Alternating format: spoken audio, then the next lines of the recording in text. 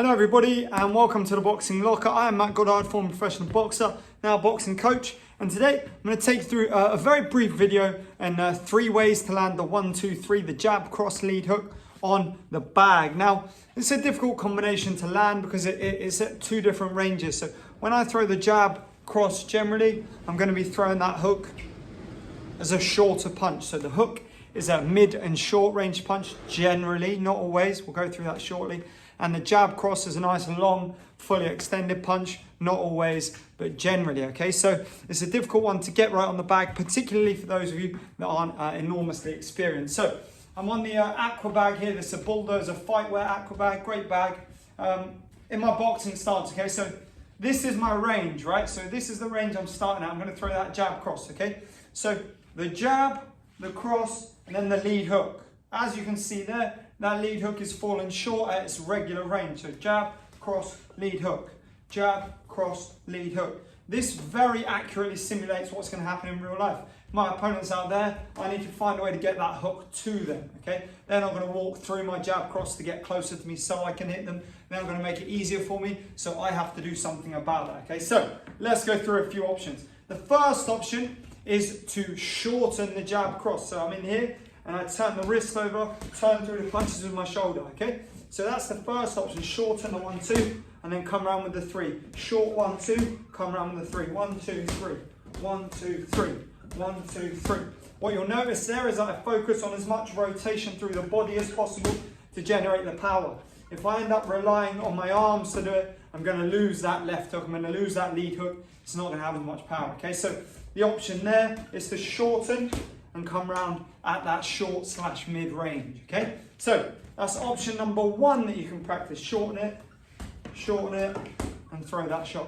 Option number 2 is to get more extension through the lead hook. So I land the jab and the cross out here, and let that hook go out longer. See how long that is? If I arc the wrist in enough, I'm still gonna be landing with the big knuckles. Jab, cross, hook. Jab, cross, hook. Jab, cross, hook.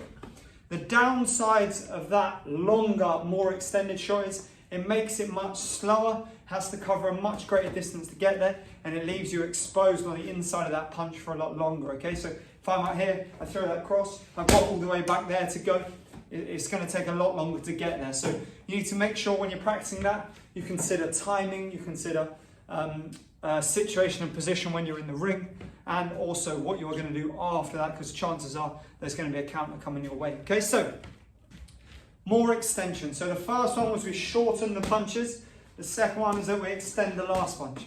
Next up, we can step in with the jab cross. So oft times when we're throwing that jab cross in the ring, we're going to be stepping with it, trying to land those nice straight shots, driving into the target. When we get there, it's quite easy to whip that hook in. So I'm out of range, I step in, bap, bap, bap. And then I throw those 3 punches.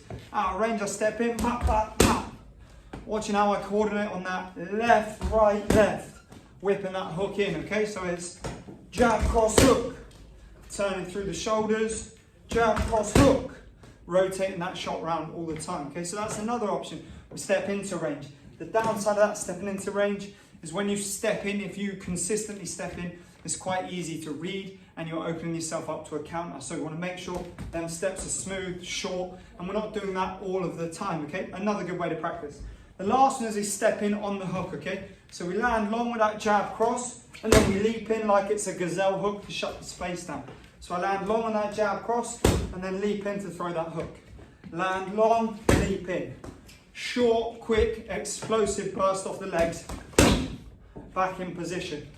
Out range, back, back in position all the time, okay? That's really important. So there we have 4 methods, guys. 4 methods of landing that 1, 2, 3 on the bag.